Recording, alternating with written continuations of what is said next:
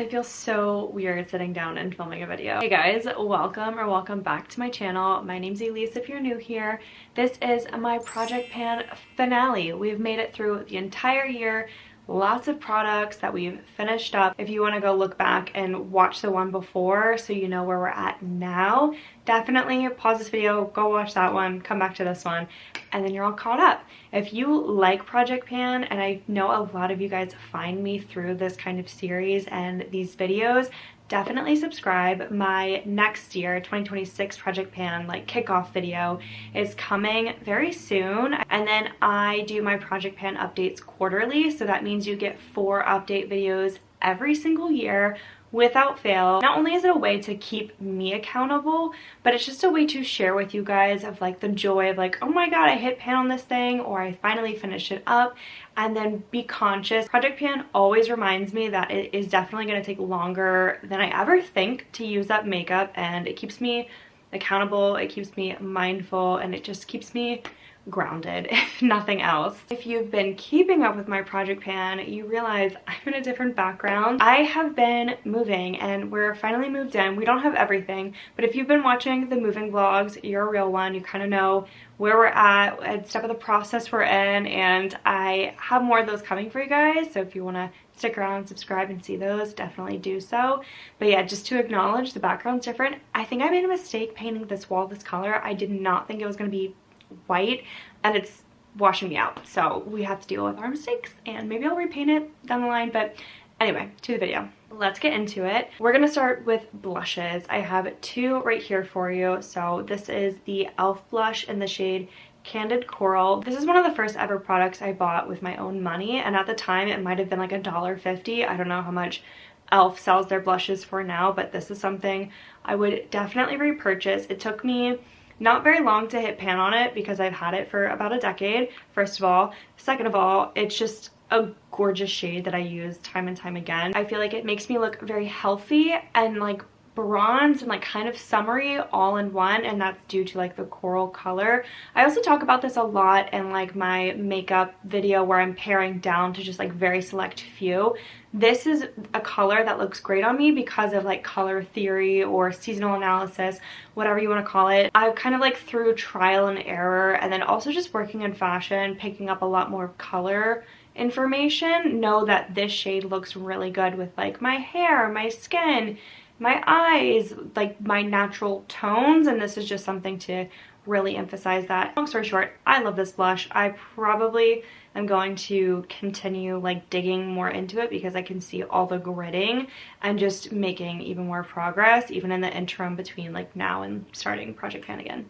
Okay, next one. We have hit a milestone where the packaging is broken now, which is always super exciting and happens in every single makeup journey at some point or another. So I cannot recall how I broke this, but I do remember like just opening it one day and the entire top fell off. I was telling you guys in my last video that I love this for travel, or just like this specific product. I don't want to blind you, but this mirror is such a good size. Like it's just so easy to, you know, hold up, see your entire face, be like, wow, wow, wow, okay, great.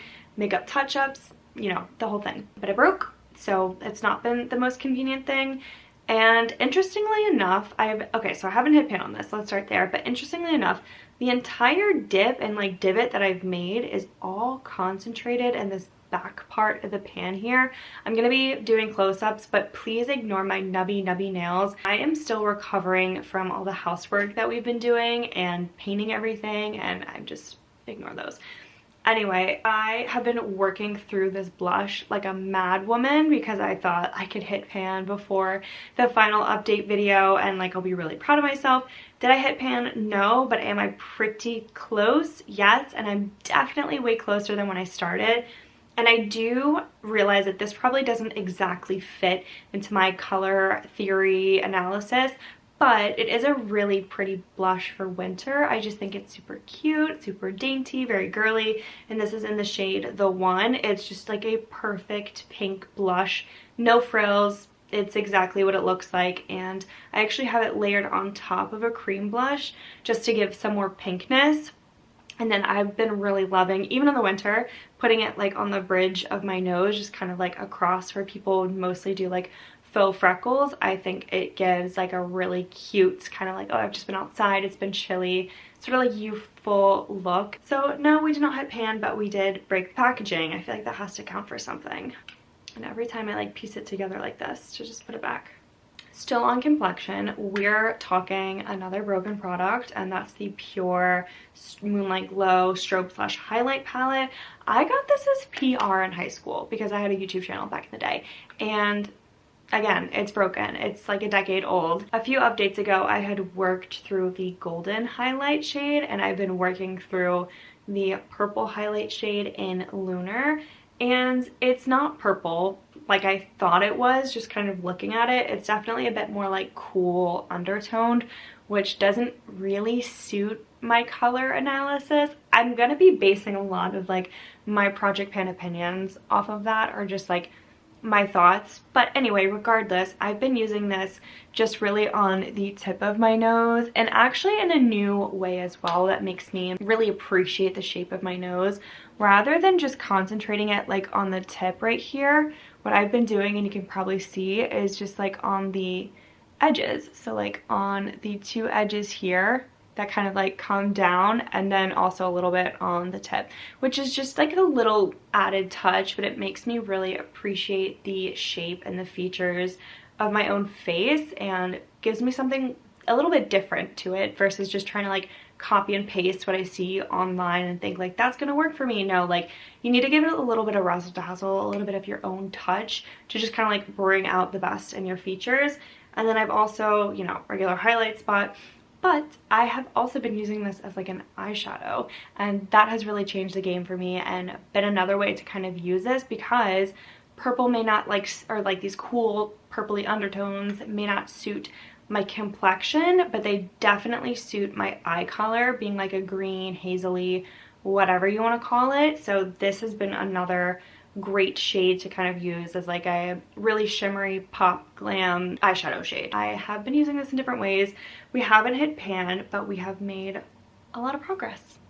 This next one is my e.l.f. HD powder, which I talked about last time having a lot of flashback, and once I kind of realized that, I moved away from it, and like it was drying my skin out. I was on Accutane for like part of this year, so it just wasn't my thing. And then I rotated it in because I kind of stopped using it, and I had about maybe a third left, and it's really kind of hard to tell how much you have left. I would say maybe I have a fourth left, and to be honest, it could be because I like filled a cap full and then dropped it. Like I made a huge mess and just powder was everywhere, which, you know, that's life.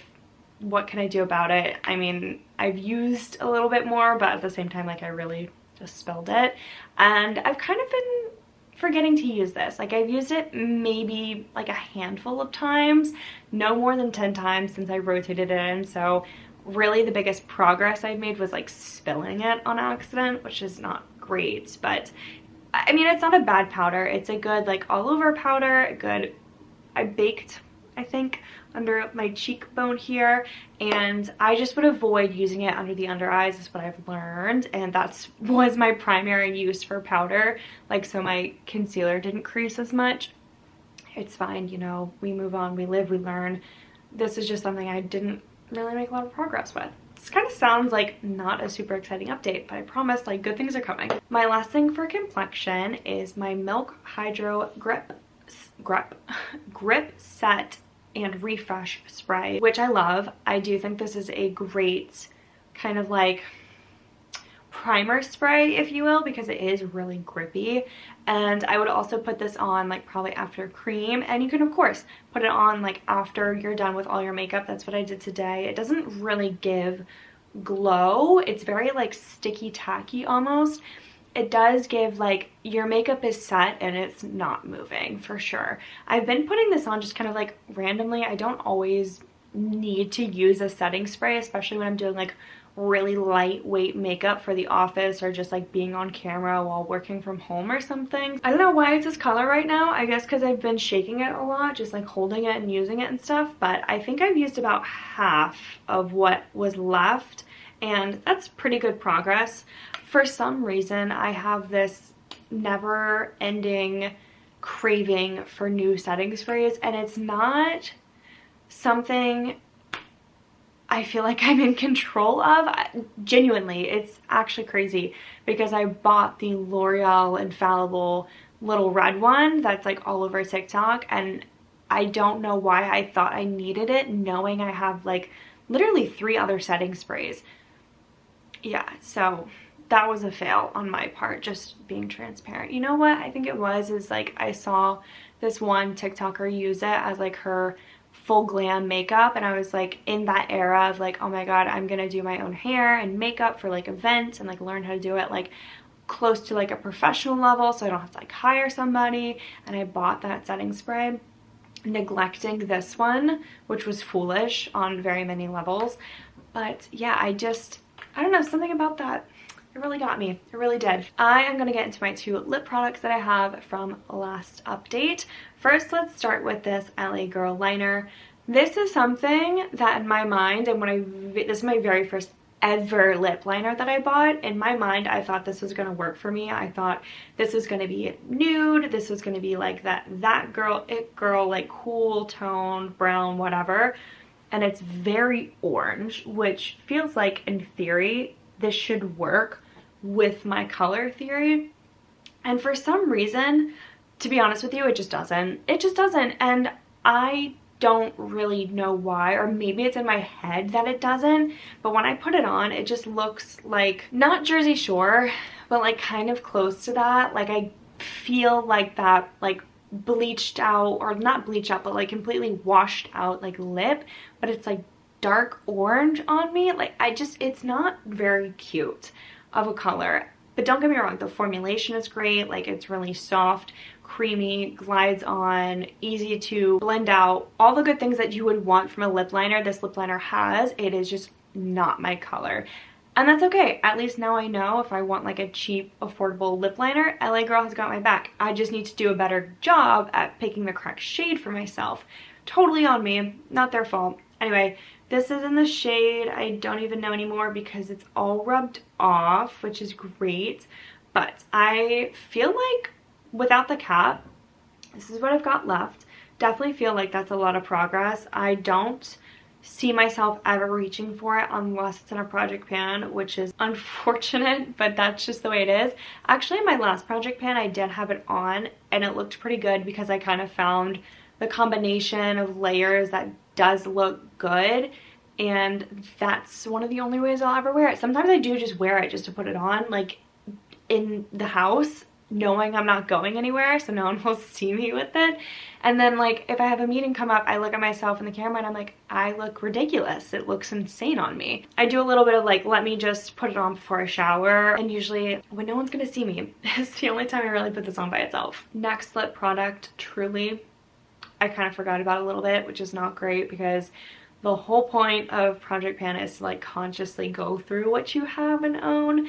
But it's just been sitting in my little travel, like not makeup bag, but like emergency kind of like health things. It's like a random catch-all bag that I move like from bag to bag. I've had this in there and that just means I've been forgetting about it.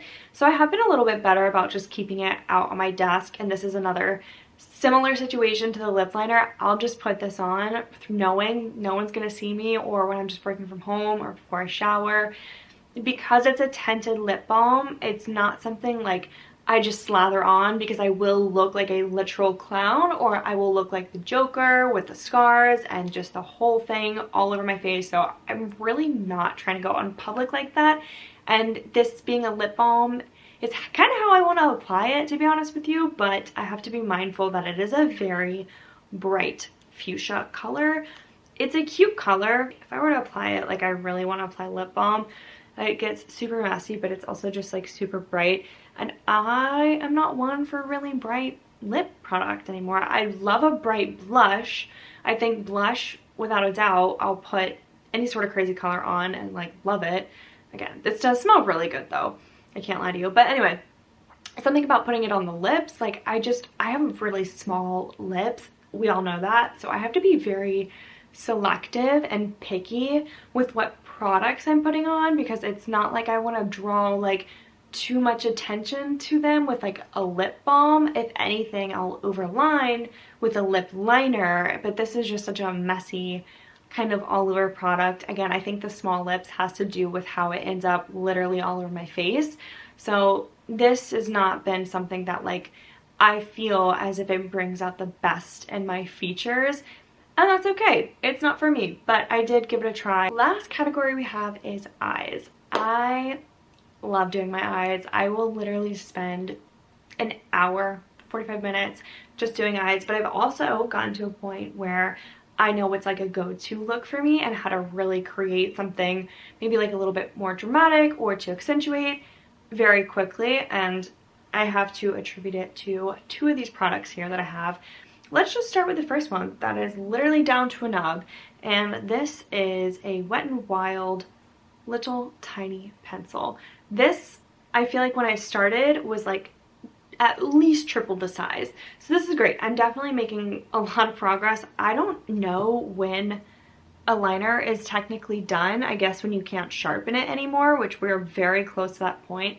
I used to be able to put the back on and like sharpen it that way, but like it twists within it, so it doesn't really work like that anymore. But I'm very close. I have like less than an inch of pencil left to be using. I will say I think I've had to sharpen it so often because the inside of the pencil has kind of cracked. I think I've spoken about that before, like throughout this year. Because something in it has like cracked, every time I sharpen it, more of it kind of like falls off and it doesn't really last that long. It is a really great like jelly kind of blendable liner though, and what I've been really loving it for is not only waterline or tightline. Is tightline the top one? I think tightline's the top one. I saw on some YouTube video, or like I think it was honestly like a looks maxing TikTok, and when sometimes your eyelashes curl, it shows that tight line. So like, why don't I try to use this for my tight line? I've been doing that, and that's been working great to kind of like bring more drama and fullness to my lashes.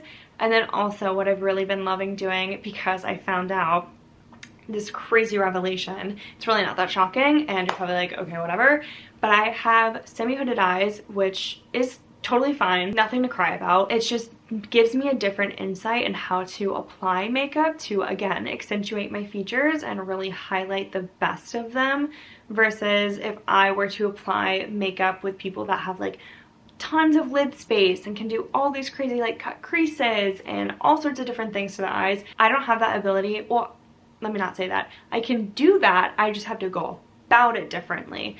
Long story short, the way I've been applying this liner as like a smoky like outer look is I will just take the tiniest bit and smudge it on the outer, I don't know, like eighth of my eyelid, and then I'll take an angled brush and start to just kind of shape it and flick it, and then I'll take any finger, it doesn't matter, and just rub it on the lash line and out a little bit. So you can see it creates this little tiny smoky wing, but it's not rubbing all the way down on like my lower lash line or under my eyes or anything like that. Throughout the day, I have noticed it will start to like melt. So I'll just like run to the bathroom, and after I like washing my hands, take a paper towel and just kind of clean it up a little bit. Or like if I have a Q-tip, I don't really carry Q-tips with me though. If I did, that's what I would use them for. But that's been another really great way to use this liner in a different sort of way that again accentuates and works with what I've got versus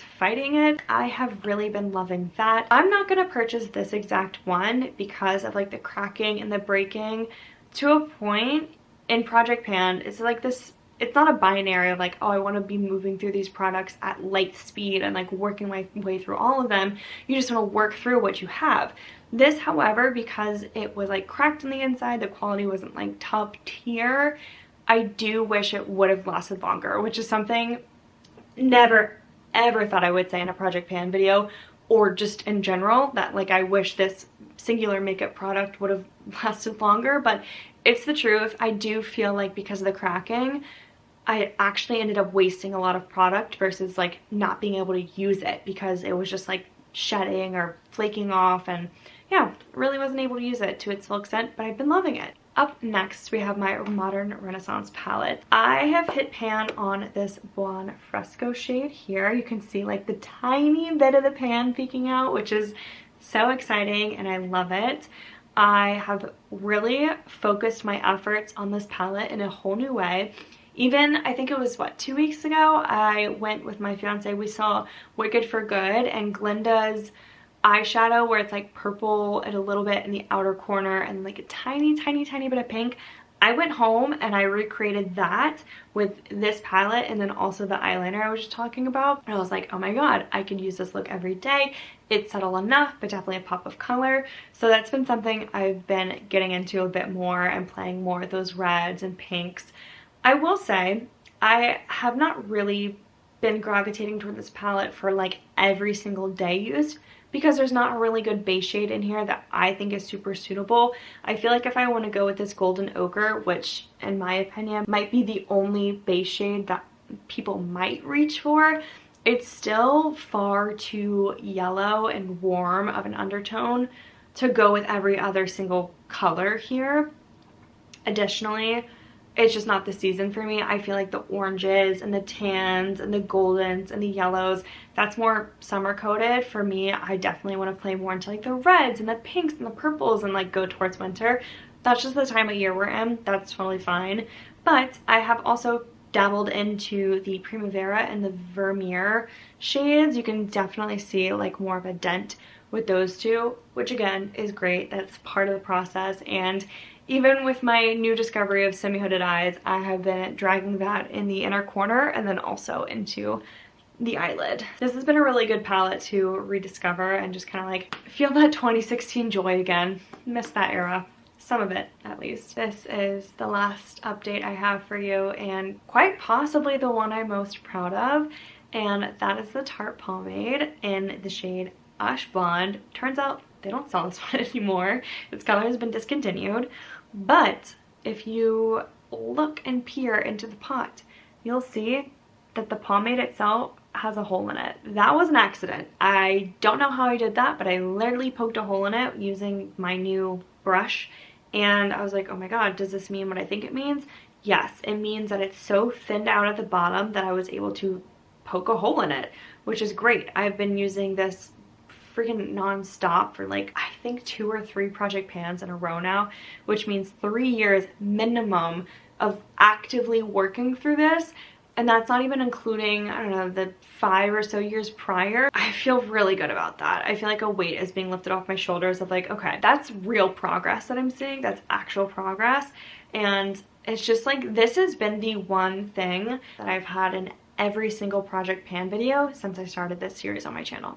Let that sink in, and here we are, finally using it up. If you've been watching this series from the very start, I want to say thank you so much for being on this journey with me, and definitely subscribe for next year's. It's going to come up faster than you know, and we're going to be working through a whole new set of products, and I would love if you joined me. And if you like project pan videos, don't forget to like this video down below.